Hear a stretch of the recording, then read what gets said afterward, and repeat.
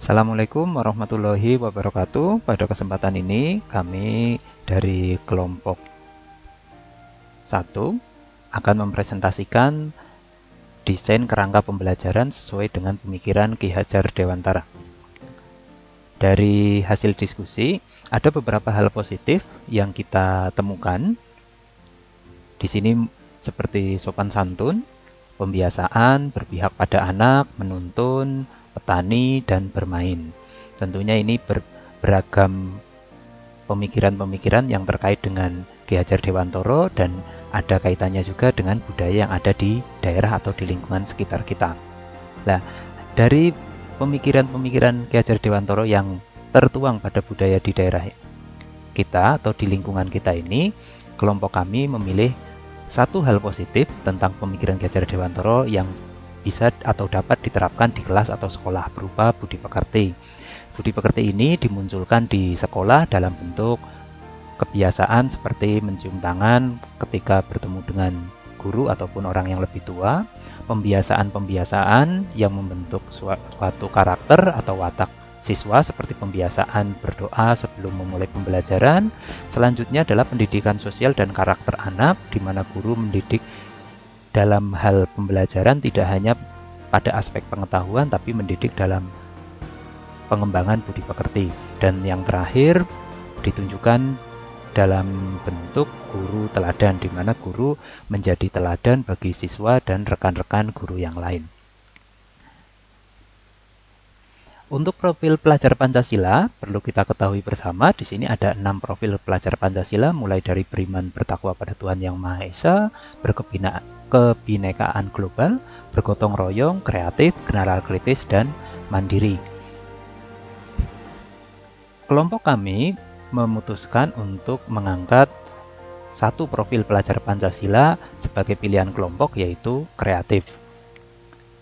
Untuk kreatif itu sendiri perlu diketahui bahwa kreatif ditunjukkan dengan pelajar yang mampu memodifikasi menghasilkan suatu yang orisinil, bermakna, bermanfaat, dan berdampak. Adapun elemen kunci dari kreatif itu sendiri adalah menghasilkan gagasan yang orisinil dan menghasilkan karya dan tindakan yang orisinil. Misalkan di sini dalam ilustrasi ini ditampilkan ada beberapa yang sifatnya karya dan tindakan.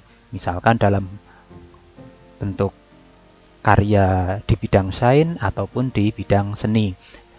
Dan tidak hanya berupa karya nyata, bisa jadi kreatif itu ditunjukkan dengan gagasan yang orisinil berupa misalkan esai yang menampung atau memberikan gambaran kepada orang lain melalui ide atau pemikiran yang sifatnya berupa gagasan. Selanjutnya, untuk sumber daya dan potensi yang dimiliki oleh sekolah yang kaitannya dengan pengembangan kreatif, di sini kita ada 4 aspek yang kita lihat atau yang kita jadikan dasar, yaitu sarana prasarana, tenaga pendidik, dan dukungan warga sekolah serta peserta didik. Di sini misalkan sarana yang ada di sekolah representatif, tenaga pendidiknya kompeten, berpikiran maju dan terus mau belajar. Dukungan warga sekolah di sini berupa komite, pimpinan, rekan sejawat yang satu visi misi untuk pengembangan sekolah, dan yang faktor yang penting di sini adalah peserta didik, di mana peserta didik ini berupa input peserta didik yang potensial baik secara kualitas maupun kuantitas. Inilah sumber daya dan potensi yang dimiliki oleh sekolah. Selanjutnya, untuk tujuan utama Merdeka Belajar yang sesuai dengan pemikiran Ki Hajar Dewantara tentunya adalah pelajar yang mempunyai jiwa belajar sepanjang hayat, mampu berkompetensi secara global dan sesuai dengan nilai-nilai Pancasila. Secara garis besarnya seperti itu.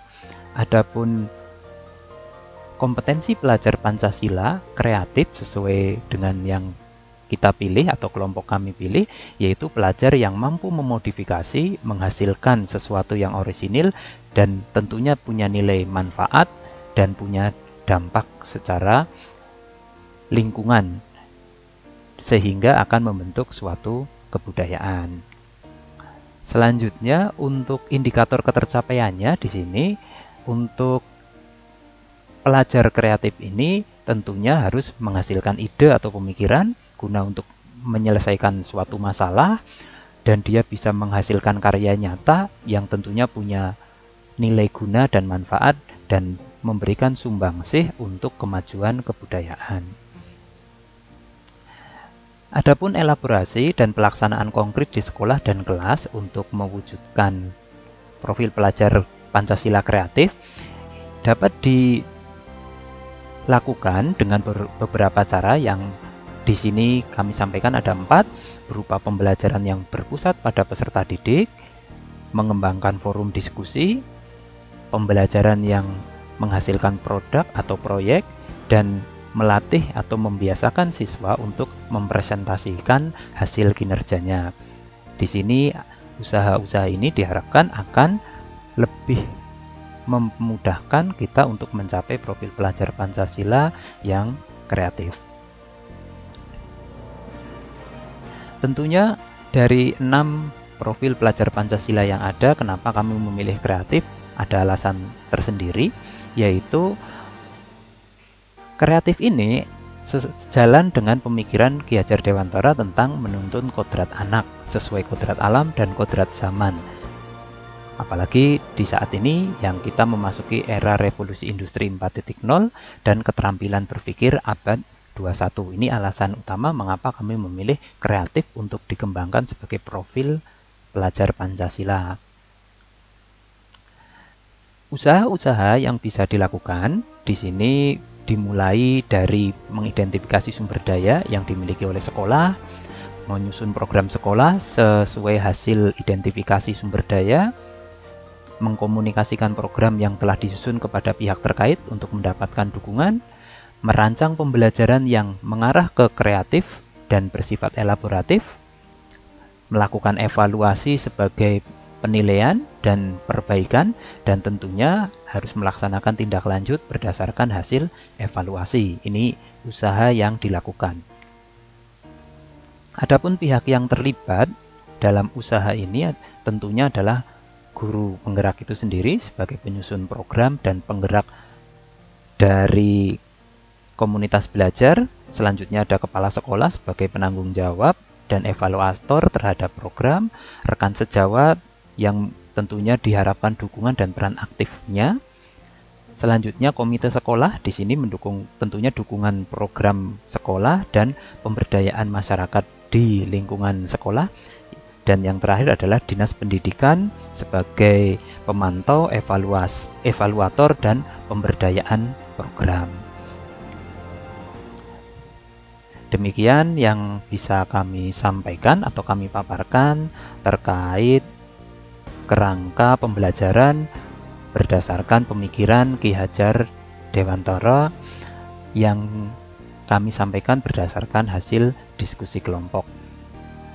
Terima kasih atas perhatiannya. Mohon maaf atas kesalahan yang ada baik dalam segi tampilan maupun segi penyajian.